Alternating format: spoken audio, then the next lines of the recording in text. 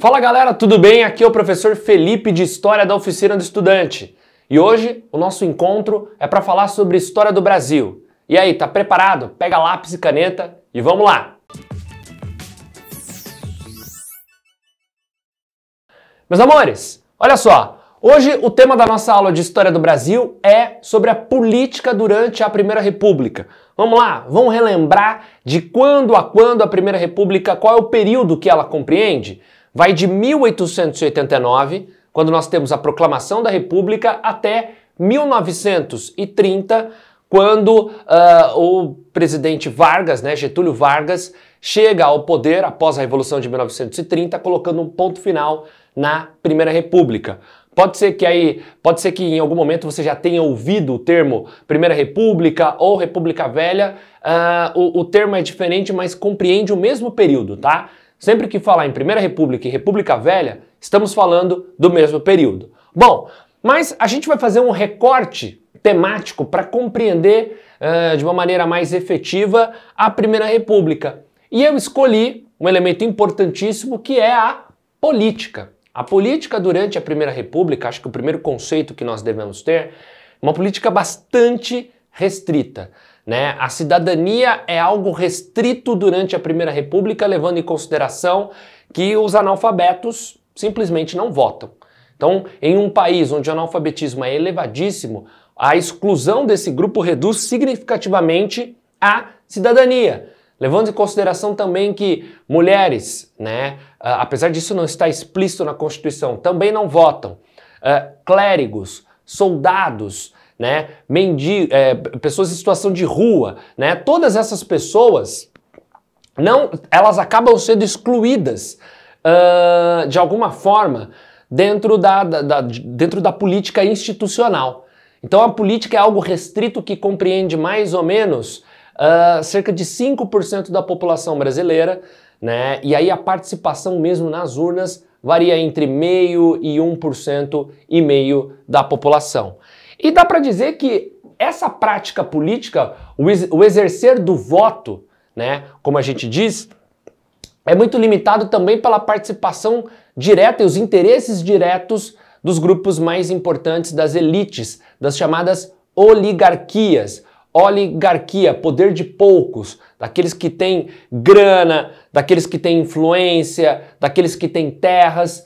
Esses grupos limitam muito a participação efetiva e limitam muito a vontade que as poucas pessoas têm dentro do voto. E aí a gente pode citar aqui uma prática muito comum, que é o coronelismo.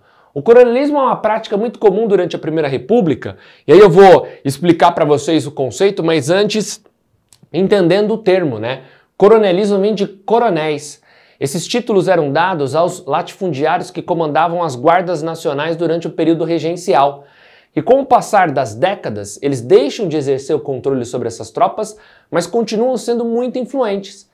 E usam esse título até o período da Primeira República. E o coronelismo nada mais é do que uma prática político-social em que esses latifundiários exercem o seu poder e a sua influência sobre os trabalhadores rurais mais humildes para que eles votassem nos candidatos que já tinham acordos prévios com esses coronéis.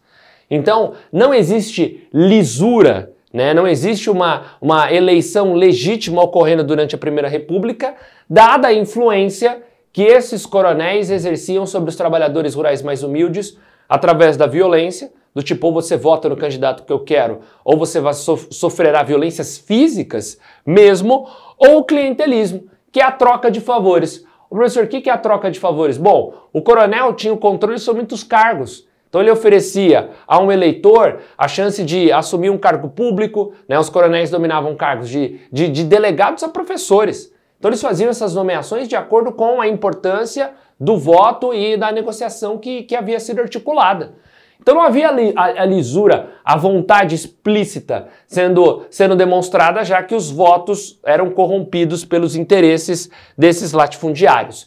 E muitas vezes a gente percebe que isso só é possível porque a Constituição de 1891 acabava prevendo o chamado voto aberto, que é o voto aberto? É aquele voto onde não há sigilo, onde é possível verificar em qual candidato você votou. Então, evidentemente, isso retira toda a possibilidade, né, de você votar no candidato que você acredita ser o melhor, dada a pressão, a violência ou mesmo as trocas de favores que acabavam sendo feitas durante esse período, durante esse contexto.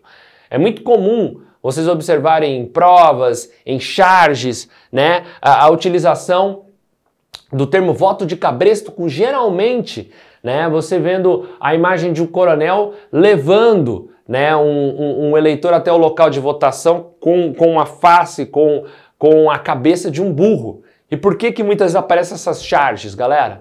Porque o eleitor é associado a um animal que não tem vontade, que não é capaz de escolher os próprios políticos, dada a influência e dado o poder que esses coronéis acabavam exercendo. Então é muito comum mesmo durante a Primeira República, o coronelismo ser exercido dentro dessas localidades.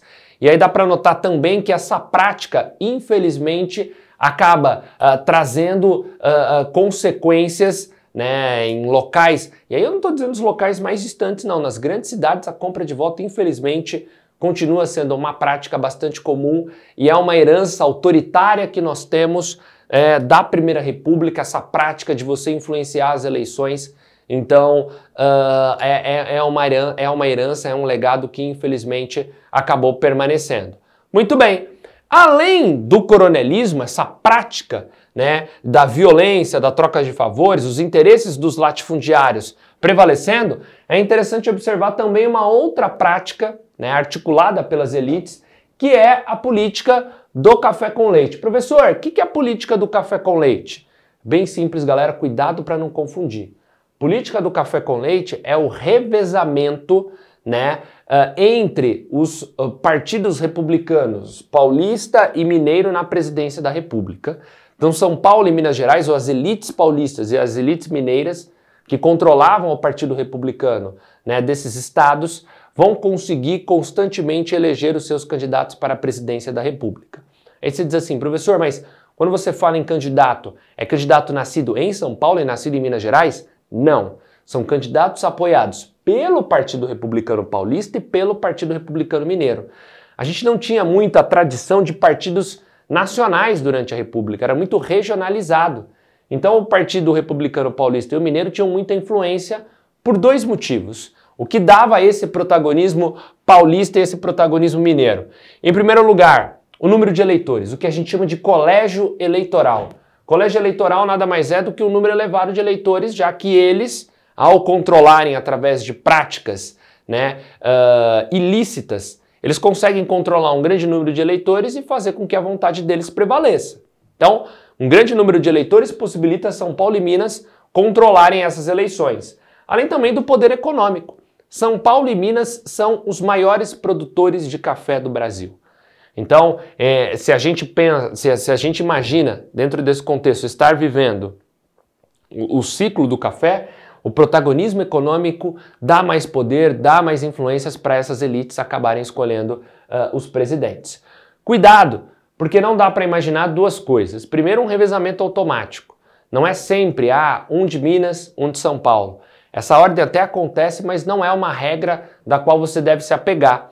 E uma outra coisa, é imaginar que essas escolhas são feitas de maneira pacífica, né? Que São Paulo e Minas não disputam para escolher os seus respectivos candidatos. E há sim uma escolha, há sim uma disputa. Eles sempre vão brigar para que, de alguma forma, ou o candidato de Minas ou o candidato de São Paulo acabe prevalecendo. Então acho que é bom vocês entenderem esse revezamento não como algo automático, né? Não como algo estanque. Existem as dinâmicas, existem as negociações que envolvem São Paulo, o Partido Republicano Paulista e o Partido Republicano Mineiro. Cuidado, um alerta aí para você. Não confunda a política do café com leite com a política dos governadores, criada pelo presidente Campos Salles, né, que consistia numa troca de favores entre as oligarquias estaduais e o poder federal. Né? Essa troca de favores é diferente da política do café com leite, que consistia no revezamento entre os políticos escolhidos pelos respectivos partidos republicanos, tá? Então, fique bastante atento para que você não se confunda no momento da prova, né? É muito comum você ver nas respostas, às vezes, essas trocas, essas confusões que acabam sendo feitas. Tudo bem? Beleza? Galera, essa foi mais uma diquinha de história. Espero que vocês tenham gostado. Qualquer dúvida, manda aí nos comentários que depois a gente responde. Um forte abraço e até mais!